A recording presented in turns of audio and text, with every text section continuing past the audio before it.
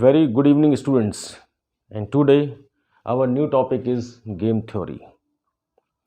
In previous lectures, we have already covered the first unit, simplex method, duality, big M method, and the basic concept. And in second, we have already completed about the transportation problem and about the assignment problem. Now, this one is a unit number third, and that one is related with the game theory. The first question is, what is game theory and why it becomes more and more important for us to do the study of this game theory? So, if we are talking about the game, then you will see game is that situation where you will analyze the competition and the players, those who are involved in this particular games or in doing the activities of this game. They always make an effective decision how they have to win and defeat the other. That means give or lose to the another party. तो इसी तरीके से जो हम game theory की बात करते हैं तो गेम भी वही सिचुएशन है जिसमें जितने भी प्लेयर्स, चाहे वो दो हों और चाहे दो से ज़्यादा हों, और जब हम गेम की बात करते हैं तो कम से कम गेम के अंदर दो प्लेयर्स का होना तो बहुत ज़रूरी है, क्योंकि if a single player is there then to whom he will go to belong and who will lose the game. अगर एक सिंगल प्लेयर हुआ तो वो किससे तो गेम खेलेगा और कौन जीतेगा और कौन हारेगा ये तो निश्चित नहीं हो पाएगा. तो कम से कम एक गेम के अंदर अगर हम प्लेयर्स की बात करते हैं तो that means the minimum players that will be required for the game will be 2. तो कम से कम एक हारेगा और एक जीतेगा, और दो से ज़्यादा भी हो सकते हैं, बहुत सारे भी हो सकते हैं. तो वो प्लेयर्स दो के गेम में खेल रहे होते हैं, those who are going to give their performance by using the ability और द पोटेंशियल. उनका क्या डिसीजन होता है? They always evaluate and analyse how they can give a defeat to the another one, कि हम कैसे गेम को जीतें और कैसे दूसरे को हराएं. तो ये तो गेम की बात हुई, जहां पर आप कहते हो कि एक का काम होता है विनिंग करना, दैट मीन्स गेम है तो गेम के अंदर एक तो विनिंग सिचुएशन आती है और एक लूज की आती है, एक लूज की सिचुएशन आती है. ठीक है ना, ये लॉस लग गया, लूज की सिचुएशन आती है. मगर हम जब पढ़ रहे हैं एज ए मैथमेटिकल कॉन्सेप्ट तो क्या ये गेम ही है? तो आप ये देखेंगे जितने भी कॉर्पोरेट हाउसेस होते हैं उनके आपस में भी उनके अंदर कंपटीशन चलता रहता है. That means when we are talking about the corporate houses और the business houses, you will see they when the same kind of product when they are going to launch in a market, when they are thinking to do skimming और the penetrating their prices, they always do a competition to each other. उनके अंदर लगातार आपस में एक दूसरे के साथ में कंपटीशन चलता रहता है. तो वो भी तो चाहते हैं कि जो प्रोडक्ट मेरा है वो मार्केट में निकले, वही तो एक तरह का गेम ही है. तो अपनी उस सिचुएशन को बनाए रखने के लिए कि हम ही गेम को जीतें, हमारे ही कस्टमर्स ज़्यादा, हमारी शेयर्स बढ़ें, तो हम गेम थ्योरी का स्टडी करते हैं. और गेम थ्योरी में बार बार क्या कह रहा हूँ कि वो सिचुएशन जहाँ पर कोई भी बिजनेसमैन या कोई भी इंडिविजुअल अपने आप को विनिंग सिचुएशन में लाना चाहता है और दूसरे वाले को एक लूज की सिचुएशन में पहुंचाना चाहता है. And even those who are involved in playing this particular games, they know it very well that each and everyone is trying for the winning. कोई हारने के लिए नहीं खेलता, हर कोई जीतने के लिए खेलते हैं. मगर कुछ ना कुछ ऐसी ड्रॉबैक्स या शॉर्ट एनालिसिस के थ्रू फैक्टर्स निकल के आ जाते हैं जहाँ पर एक जीतता है और एक हारता है. तो हारने और जीतने की सिचुएशन पर आने के लिए मैं निश्चित तौर पर कहूँ तो कह सकता हूँ they always make an effective decision by evaluating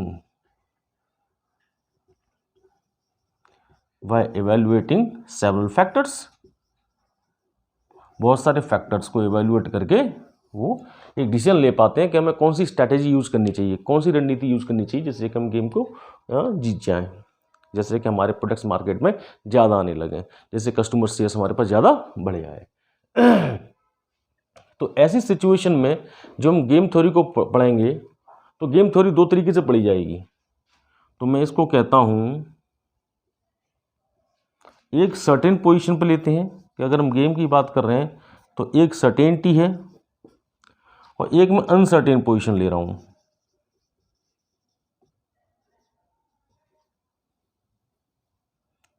uncertainty है, ठीक है ना। तो डियर स्टूडेंट्स एक चीज देखिए, जिस गेम का या जिस कॉर्पोरेट हाउसेस में जिस प्रोडक्शन को बनाने जा रहे हो, उन्हें ये नहीं पता है प्रोडक्ट किसके लिए बन रहा है, तो क्या वो बता सकते हैं इसकी सेल मार्केटिंग में आएगी कि नहीं आएगी, और क्यों बना रहे हैं। Even they don't know why the R&D department had declare that they have to make this particular product, and even they don't know that this product will be liked by the consumers और not. Product बना के तैयार कर दिया है या product बनाने की तरफ जा रहे हैं, डाटा कलेक्शन कर लिया है, मगर क्यों बना रहे हैं ये नहीं पता।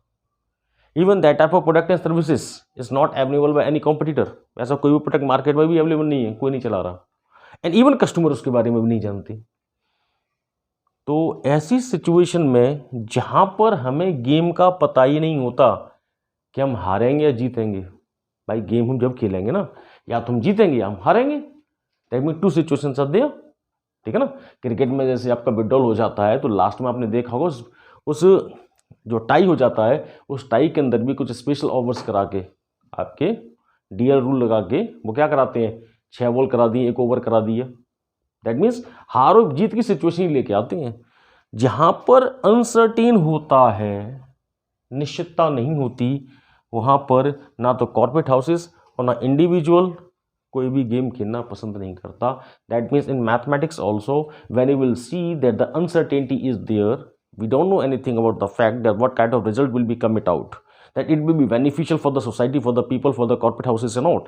They will never go to do marketing, the production or the marketing of the sales, and even the production they will never consider about that. वो नहीं सोचेंगे उसके बारे में। तो ऐसी सिचुएशन में हम गेम को कंसिडर नहीं करते, हम डिसीजन मेकिंग की सिचुएशन को नहीं लेके आते, हम फैक्टर्स को इवेल्युएट नहीं करते। भाई इसका मतलब ही नहीं है जब नहीं है तो। अब बात आती है सर्टेनिटी वाली। जो सर्टेन सिचुएशन है कि अगर हम गेम खेलेंगे, अगर हम कोई भी स्ट्रेटेजी या कोई भी डिसीजन लेंगे, अगर कोई भी प्रतिस्पर्धा होगी, कोई भी कंपटीशन होगा, तो निश्चित तौर पे या तो हारेंगे जीतेंगे, सर्टेनिटी है। बात समझ में आ रही है? मतलब ये सर्टेन है, या तो हम जीतेंगे या फिर हम हारेंगे, तो गेम खेला जाएगा। तो ये सर्टेनिटी वाली सिचुएशन है, इसको मैं 2 पार्ट में फिर डिवाइड कर देता हूं, ठीक है ना। इस सर्टेन सिचुएशन को मैं 2 पार्ट में और डिवाइड कर देता हूं, या मैं कहूं एक मैं कहता हूं, चलो इसमें बताता हूं 2 तरीके से, ठीक है ना। एक मैं कहता हूं नॉन कॉम्पिटिटिव सिचुएशन,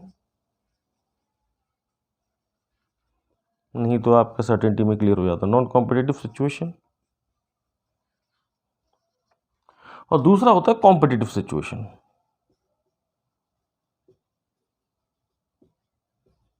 अब सर्टेनिटी भी 2 तरीके की मिलेगी, जो मैं यहीं पे बताने की सोच रहा था कि सर्टेन है, मगर सर्टेन भी 2 तरीके से है, ठीक है ना।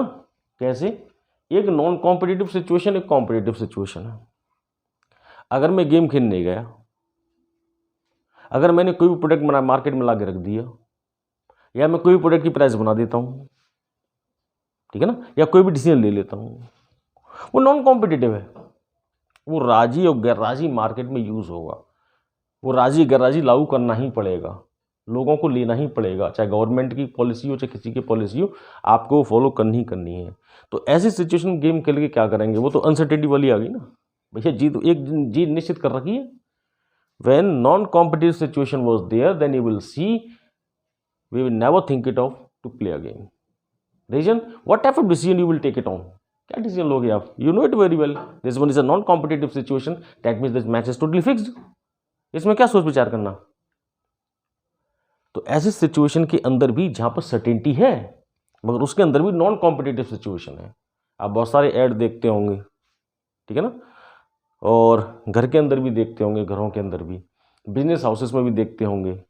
आपके बहुत सारे सबऑर्डिनेट्स हैं, घर की फैमिलीज के मेंबर्स भी हैं, तो आप देखेंगे बहुत सारे डिसीजन दे रहे हो, फॉलो तो घर के अंदर उसी का होता है, जैसे मम्मी का या पापा का, बाकी सब डिसीजन देते रहो, तो सुनने वाले तो नॉन कॉम्पिटिटिव सिचुएशन है, ठीक है ना। ऐसे की कॉर्पोरेट हाउसेस में जो आपके एग्जीक्यूटिव्स हैं, जो आपके मेंबर्स हैं, आपके COEs हैं, ठीक है ना, उन COEs के लिए जो आपके सुपरवाइजर्स या कॉर्पोरेटिव हेड्स, वो जो डिसीजन देंगे वही मानने हैं। बाकी आपके जितने भी एम्प्लॉयज हैं, those are working as a subordinate, when they are thinking, even they are going to pass the information that the gates are open for 24 hours, वो अगर कुछ सिचुएशन बताना चाह रहे हैं, कुछ सिचुएशन डिसीजन देना चाह रहे हैं, तो उनकी बात को मानने वाले थोड़ी हैं जनरली। मतलब ये नहीं कर all the houses, otherwise multinational firms नहीं आती, वो मोस्टली फर्म्स जो कि आजकल आपने देखे होंगे कहीं ना किसी रीजन से डूब जाती हैं, तो वो क्या है, नॉन कॉम्पिटिटिव सिचुएशन है। They never go to analyse the factors, they never go to evaluate the situations. That means उनको डिसीजंस की आवश्यकता नहीं, वो तो भी फॉलो करेंगे। तो यहाँ पर भी गेम खेलने की सिचुएशन नहीं आती, सिचुएशन आती है कॉम्पिटिटिव सिचुएशन में। That means a competition is there, you know it very well कि जब प्लेयर खेल रहे हैं तो ऐसी चीज़ क्या की जाए कि हम ही जीतें। घोड़े की जो रेस होती है उसके अंदर भी देखा होगा, घोड़े को देख कर ही हम पैसे लगाते हैं, कभी ये जीतेगा कौन सा, इसी पर दाव लगाया जाएगा।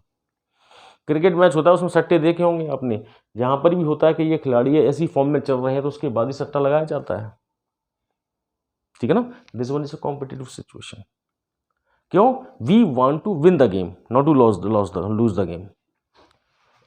तो ये इसके बेसिक कॉन्सेप्ट थे जो हम गेम थ्योरी के अंदर पढ़ते हुए चले आ रहे हैं। मैं कहूँ कॉर्पोरेट हाउसेस को कंसीडर करने पड़ते हैं। और एक मैथमेटिक्स वो चीज़ है जो इस कॉम्पिटिटिव सिचुएशन में बिजनेस हाउसेस को how to win the situation they always give some best results और आउटपुट्स। अब देखिए गेम था वो मैं दो पार्ट में डिवाइड किया, सर्टेनिटी अनसर्टेनिटी का मतलब ही नहीं था। मैंने सर्टेनिटी को दो पार्ट में डिवाइड किया, non competitive and competitive. Non competitive का मतलब नहीं फिक्स गेम है भाई वो तो कॉम्पिटिटिव। अब कॉम्पिटिटिव भी दो तरीके से है, इसको मैं दो तरीके से लेता हूँ। तो देखिए मैं थोड़ा सा मिटाऊंगा इसे, मैं यहाँ से ले रहा हूँ ऊपर का ना, तो इसे मिटा के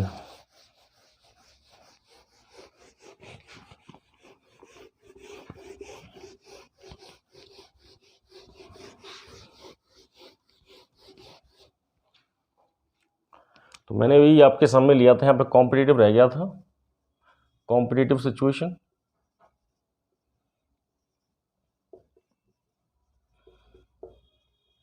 तो कॉम्पिटिटिव सिचुएशन को मैं दो पार्ट में डिवाइड कर रहा हूँ कि गेम है, पार्टिसिपेशन है, even you are going to make a decision also. और कॉम्पिटिटिव सिचुएशन कैसी होती है, एक होती है प्योर स्ट्रेटेजी और एक होती है प्योर गेम। मैं स्ट्रेटेजी लिख रहा हूँ प्योर गेम, एक होता है मिक्स्ड गेम। इसे स्ट्रेटेजी भी कह सकते हैं, प्योर गेम, और दूसरा है मिक्स्ड गेम, ठीक है ना। जब प्योर स्ट्रेटेजी, और चाहें तो आप इसे प्योर स्ट्रेटेजी गेम कह सकते हैं, प्योर स्ट्रेटेजी गेम, और ये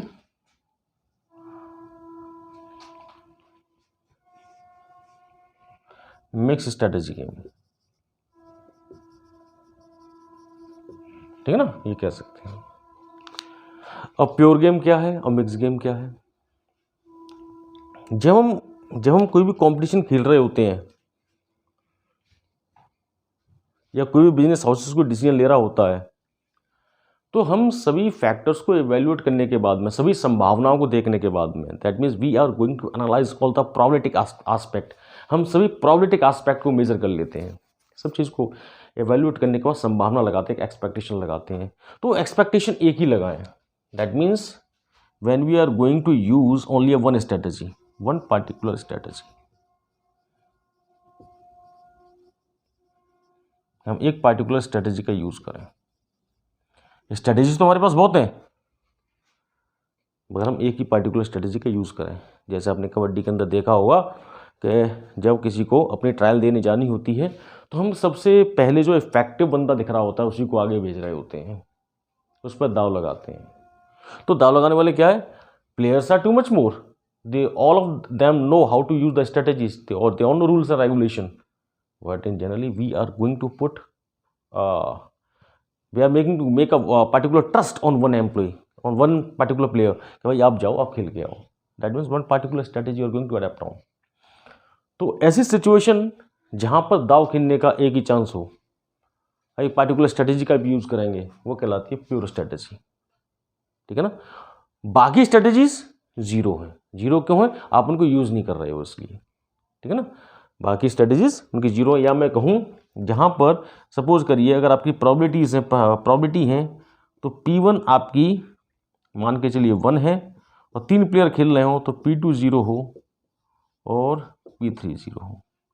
ये प्रोबेबिलिटीज़ देखेंगे कि एक प्लेयर की प्रोबेबिलिटीज़, उनकी स्ट्रैटेजीज 3 थी। जैसे मैं एक मैट्रिक्स बनाता हूँ, इस मैट्रिक्स में कहूँगा आपके सामने 1 2, ठीक है ना, और ये तो मैंने कहा 1 सेकेंड और थर्ड, और यहाँ पर मैंने कहा ABC, ठीक है ना, या एक प्लेयर है 1 2 3 ले रहे हम, तो एक प्लेयर A मानिए और 1 2 3 उसकी यहाँ पर प्लेयर B मानिए।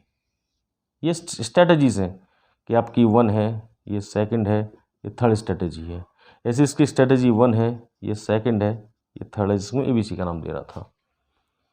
अब एक ये प्लेयर है, एक टीम है, एक B टीम है, और इस A टीम के पास 3 प्लेयर्स हैं 1 2 3, इसके पास भी 3 प्लेयर्स हैं 1 2 3, ठीक है ना। जैसे इनकी वैल्यू दी हो कोई भी 4 5 6 9 10 11 2 5 8, ऐसे कोई value they the. That means A player के पास, इस टीम के प्लेयर के पास 3 स्ट्रेटजी हैं, चाहे फर्स्ट प्लेयर जाए या सेकंड जाए या थर्ड जाए। ऐसे ही बी प्लेयर के टीम के पास 3 स्ट्रेटजी हैं, मगर ए प्लेयर सिर्फ एक का यूज करता है, मान के चलिए एक का। जैसे ए प्लेयर ने सेकंड वाली स्ट्रेटजी में सेकंड स्ट्रेटजी का यूज किया और बी वाले ने भी सेकंड वाले का यूज किया, तो दैट मीन्स इसकी प्रोबेबिलिटी निकालूंगा तो इसकी P1 की प्रोबेबिलिटी कितनी है 0, और P2 कितना है 1, और P3 कितना है 0। क्यों? एक ही प्रोबेबिलिटी यूज करता है, सेकंड वाले टर्म पे तो ले रहा है वो। ऐसी बी की लें तो Q1 कितना हुआ 0, Q2 कितना हुआ 1, और Q3 कितना हुआ 0। अगर वो A team player select a second strategy and B player also select the second strategy. In this situation they are using only single strategy, एक स्ट्रेटेजी यूज कर रहे हैं। तो वन पार्टिकुलर स्ट्रेटेजी का जब हम यूज कर रहे होते हैं तो उसे हम प्योर गेम स्ट्रेटेजी कहते हैं, ठीक है ना, प्योर गेम स्ट्रेटेजी कहते हैं। या हम ये कहें जहां पर हम सिंगल स्ट्रेटेजी का यूज करें और हमारा सैडल पॉइंट निकल के आ जाता है, हमारा सैडल पॉइंट निकल के आ जाता है। तो जहाँ पर भी हमें वन पार्टिकुलर स्ट्रेटेजी को यूज़ करने के बाद सैडल पॉइंट मिल जाता है, उसे हम प्योर गेम कहते हैं, प्योर स्ट्रेटेजी कहते हैं। मगर जब हम आते हैं मिक्स गेम पर, तो मिक्स गेम क्या है? मिक्स गेम वो स्ट्रेटेजी है जहाँ पर players, when the player is going to use more than one strategy, a lot of options are there. एक स्ट्रेटेजी के अलावा बहुत सारी स्ट्रेटेजीज को भी यूज कर सकता है, मगर सभी स्ट्रेटेजीज, बेशक वो कितनी भी स्ट्रेटेजीज यूज कर रहा हो, मगर है क्या, उन सभी स्ट्रेटेजीज को जब इंडिविजुअल बेसिस पे देखेंगे they are differ, but when we are making sum of all the strategies it will be one. मगर सभी स्ट्रेटेजीज हमेशा वन ही होती है, प्रोबेबिलिटी हमेशा एक ही होती है। वो अपनी अलग अलग रणनीतियों को यूज कर लें, अपने एक्सपेक्टेशंस को यूज कर लें, मगर जब सभी को जोड़ा जाएगा तो उनका एडिशन भी वन ही आता है। दैट मीन्स जहां पर प्लेयर्स है मोर देन वन स्ट्रेटेजी, मोर देन वन स्ट्रेटेजी, जहां पर उसके पास एक से अधिक स्ट्रेटेजी होती है, ठीक है ना, टू विन द गेम। एक गेम को जीतने के लिए जहां पर वो एक से अधिक स्ट्रेटेजीज का यूज करता है। जैसे आपने देखे होंगे, एक बंदा अपने प्रोडक्ट को चलाने के लिए डिस्काउंट भी देगा, एक के साथ एक फ्री भी देगा, कुछ आपको गिफ्ट कूपन्स भी देगा, ठीक है ना। ये क्या है, when they know it very well how they can make a unique image of their particular product and services, so they will start to use, not only they are not based only on one strategy, they are going to use a combination of strategies। बहुत सारी strategies को use करना start कर देते हैं, बस game जीतना है, कैसे भी सामने वाला हार जाए, ठीक है ना। तो ऐसी, या ये मिक्स स्ट्रेटजी हो गई। या मैं कहूँ आपसे कि जहाँ पर सैडल पॉइंट नहीं होता, दैट मीन्स जहाँ पर सैडल पॉइंट निकल के नहीं आता, जहाँ पर सैडल पॉइंट निकल के नहीं आता वहाँ पर मिक्स स्ट्रेटेजी होती है, ठीक है ना। जहाँ पर सैडल पॉइंट निकल के नहीं आता वहाँ पर मिक्स स्ट्रेटेजी होती है।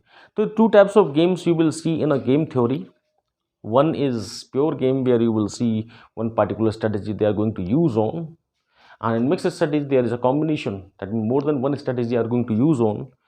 Pure strategy can be defined like this way also, when the saddle point will be find it out by the minimax, where the minimax or maximum value will be equal, then we can say pure game. That means saddle point is there. That means the team is going to use only one strategy. जहाँ पर saddle point नहीं होता या mini max maximum के बराबर नहीं होता, उस सिचुएशन में हम कह सकते हैं कि प्लेयर बहुत सारी स्ट्रेटेजीज को यूज़ करता है कि कैसे भी गेम को जीत जाए, तो उसे हम कहते हैं मिक्स स्ट्रेटेजी। ठीक है बेटे, इनके अंदर कुछ पॉइंट्स हैं, इनके अंदर कुछ पॉइंट्स हैं जिनको आपको रिमेंबर करना होगा, याद रखना होगा।